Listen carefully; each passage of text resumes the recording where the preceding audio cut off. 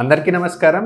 నేను doctor Abhilash, consultant surgeon and laser proctologist at Himagiri hospitals, Gachibowli, Hyderabad. ఈ వీడియోలో మనం అందరికీ అత్యంత బాధాకరమైన ప్రొక్టాలజీ ప్రాబ్లం అనగా మోషన్ రిలేటెడ్ సమస్యల్లో ఎక్కువ ఇబ్బంది పెట్టే ప్రాబ్లం ఏంటి అంటే ఫిషర్ ఇన్ యానో. ఈ వీడియోలో మనం ఫిషర్ అంటే ఏంటి, ఫిషర్కి, పైల్స్కి, ఫిష్యులాకి ఉన్న తేడాలు ఏంటి, ఫిషర్ ఇన్ యానో ఎందుకు వస్తుంది, ఎవరిలో వస్తుంది, వచ్చాక మనం మందుల ద్వారా సరిచేయచ్చా, సర్జరీ అవసరం అవుతుందా, ఎవరిలో సర్జరీ అవసరం అవుతుంది, సర్జరీలో ఏం చేస్తారు అని క్లుప్తంగా డిస్కస్ చేసుకుందాం.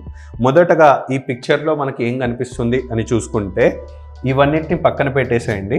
మనకు ఈ భాగం ఏంటి అని చూసుకుంటే మోషన్ వెళ్ళే మార్గం ఒక పైప్ లాగా ఉంటుంది. ఆ నిలువుగా ఉన్న పైప్ని మనం నిలువుగా కట్ చేసి ఒక సైడ్ నుంచి చూస్తే ఇలా కనిపిస్తుంది అనుకుందాము. సో ఈ పిక్చర్లో ఏమేమి కనిపిస్తుంది అని చూసుకుంటే, పైన పోర్షన్ని మనం రెక్టమ్ అని అనడం జరిగింది, కింద పోర్షన్ని యానల్ కెనాల్ అని అనడం జరుగుతుంది. ఒక సామాన్యుడికి అర్థమయ్యేలా చెప్పాలి అంటే ఈ రెక్టమ్ అనేది డ్యామ్ లాంటిది, ఈ యానల్ కెనాల్ అనేవి డ్యామ్ గేట్స్ లాంటివి అనుకుందాం.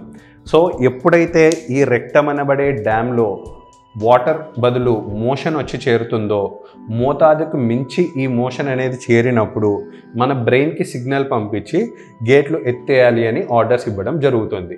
గేట్లు ఎగ్జాక్ట్లీ అంటే ఏంటి అని చూసుకుంటే మన శరీరంలో, ఉదాహరణకి ఈ మోషన్ వెళ్ళే పైప్నే ఇలా చూసుకుందాం. సో పైప్ ఒకవేళ ఇలాగుంటే పైప్ మన కంట్రోల్లోనే ఉండడం జరిగింది. బికాస్ మన పర్మిషన్ లేకుండా మోషన్ కాదు కదా, గ్యాస్ అనేది కూడా మన పర్మిషన్ లేకుండా ఎప్పుడు లీక్ అయ్యేది లేదు.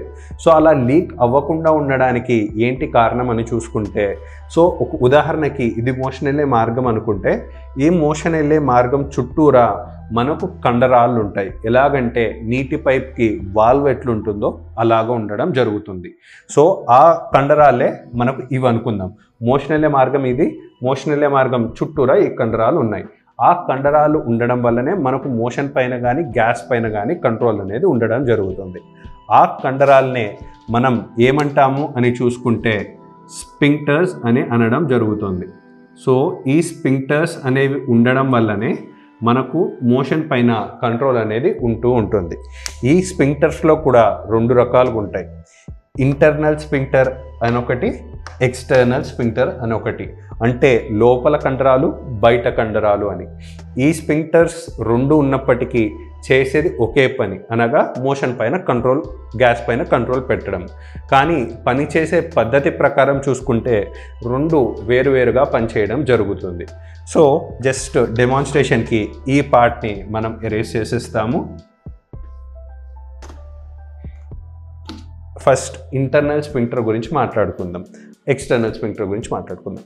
ఈ ఎక్స్టర్నల్ స్పింక్టర్ ఏంటి అంటే కంప్లీట్లీ మన చెప్పు చేతుల్లో ఉంటుంది. లైక్ మన చేతులు కాళ్ళలాగా, మనం కావాలన్నప్పుడు మర్చుకోవచ్చు, కావాలన్నప్పుడు తెరుచుకోవచ్చు, అంతా మన చెప్పు చేతుల్లో ఉంటుంది.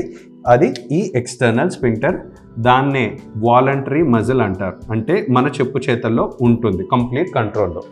అదే ఈ ఇంటర్నల్ స్పింక్టర్కి వస్తే, లైక్ ఉదాహరణకి మనం నిద్రపోతున్నాము లేదా మత్తులో ఉన్నాము, అప్పుడే మనకు మోషన్ లీక్ అవ్వట్లేదు.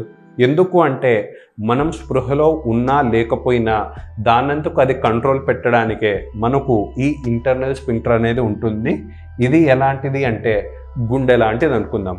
లైక్ ఉదాహరణకి ఇప్పుడు నేను రోడ్లో వెళ్తుండగా సడన్గా ఏదైనా యాక్సిడెంట్ చూశాను, లేదా మీదికి కుక్క వచ్చింది, మనకు తెలియకుండానే మన హార్ట్ బీట్ అనేది 120, 130 వరకు కొట్టుకుంటుంది. మనమేం మన హార్ట్కి చెప్పట్లేదు, చలో ఇప్పుడు కుక్క వచ్చింది సో నువ్వు గట్టిగా కొట్టుకో అని. ఎలాగైతే మనకు తెలియకుండానే గుండె దడ అనేది పెరుగుతుందో, అలాగే ఈ ఇంటర్నల్ స్పింక్టర్ కూడా దాని పని అది చేసుకుంటూ ఉంటుంది. మనం స్పృహలో ఉన్నా లేకపోయినా దాని కంట్రోల్ అనేది ఇది పెడుతూ ఉంటుంది. ఒకవేళ మన చెప్పు చేతల్లో ఉండే ఎక్స్టర్నల్ స్పింక్టర్ అయితే దాన్ని వాలంటరీ మజిల్ అన్నాము. ఒకవేళ మన చెప్పు చేతల్లో లేకుండా ఉంటే దాన్ని ఇన్వాలంటరీ మజిల్ అంటాము. మన గుండెలాగా లేదా మనకు లోపల ఉన్న కండరం ఇంటర్నల్ స్పింక్టర్ లాగా. ఇప్పుడేమవుతుంది, అంత బాగానే ఉంది, కానీ ఈ ఇంటర్నల్ స్పింక్టర్కి ఉన్న అతి చెడ్డ లక్షణం ఏంటి అంటే అది చాలా సెన్సిటివ్గా ఉంటుంది. ఎలాగా అనగా మీకు ఎంతోమందికి తెలిసే ఉంటుంది, టచ్ మీ నాట్ ప్లాంట్ అనేది ఒకటి ఉంటుంది. అది ఏంటంటే ఆ చెట్టు యొక్క ఆకులు ముట్టుకోగానే ఆ ఆకులన్నీ బాగా ముడుచుకుపోవడం జరుగుతుంది. ఈ ఇంటర్నల్ స్పింక్టర్ కూడా అలాగే సెన్సిటివ్గా ఉంటుంది. ఏదైనా దెబ్బ తగిలినప్పుడు ఫుల్ టైట్గా ముడుచుకుపోవడం అనేది మనం గమనిస్తూ ఉంటాం. సో ఇప్పుడు ఏమవుతుంది, ఈ ఫిషర్ ఎందుకు వస్తుంది అని చూసుకుంటే జనరల్లీ అందరికీ ఎట్లాగా ఉంటుంది, మోషన్ వెళ్ళే మార్గం ఇలా మూసుకొని ఉంటుంది. ఎప్పుడైతే మోషన్ వస్తుందో జస్ట్ ఆ టైంలో కొంతవరకు తెరుచుకొని మళ్ళీ మోషన్ వెళ్ళిపోగానే మనకు మూసుకుపోవడం అనేది జరుగుతుంది. సో ఈ తెరుచుకునే ప్రక్రియ కూడా ఇది జస్ట్ ఎలాస్టిక్ బ్యాండ్ లాగే తెరుచుకోవడం మూసుకుపోవడం జరుగుతుంది.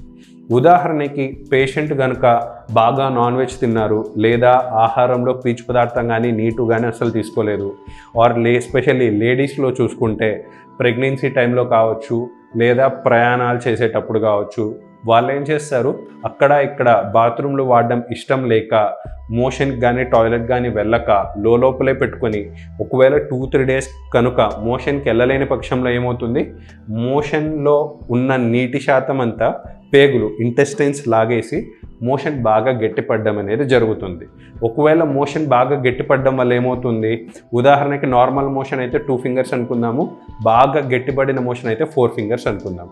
మనం ఏమనుకున్నాం, నార్మల్ మోషన్ అనుకుందాం, 2 ఫింగర్స్ కాబట్టి ఈజీలీ వెళ్ళిపోతుంది. ఒకవేళ బాగా గట్టిపడింది అనుకోండి మోషన్, ఏమవుతుంది, ఎంత మొక్కినా పోలేక ఒకానొక స్ట్రెచ్ లెవెల్లో ఎక్కువ దానిపైన స్ట్రెచ్ ఎఫెక్ట్ పడి మోషన్ పోలేక సడన్గా ఇంకా ఏదైతే అయిందని పేషెంట్ ముక్కడం జరుగుతుంది, లేదా వేలు పెట్టి తీసుకోవడం అనేది కూడా జరుగుతుంది. అట్లాంటి ప్రక్రియలో ఏమవుతుంది, మోషన్ వెళ్ళక బాగా గట్టిగా అయిపోవడం వల్ల, కాన్స్టిపేషన్ వల్ల మోషన్ వెళ్ళగానే ఒక చిన్న చీలికలాగా వస్తే దాన్నే మనం ఫిషర్ అంటాం. ఫిషర్ అంటే మనకు నొప్పి అనేది ఉంటుంది, ప్లస్ మోషనల్లీ మార్గంలో చీలిక అనేది ఉంటుంది. ఈ పైల్స్కి కానీ ఫిషర్కి కానీ ఫిస్టులాకి కానీ లేటెస్ట్ అడ్వాన్స్డ్ ట్రీట్మెంట్స్ అన్నీ మనకు లేజర్ సిస్టమ్ కానీ అన్నీ మన హిమగిరి హాస్పిటల్స్ గచ్చిబౌలిలో అవైలబుల్గా ఉన్నాయి.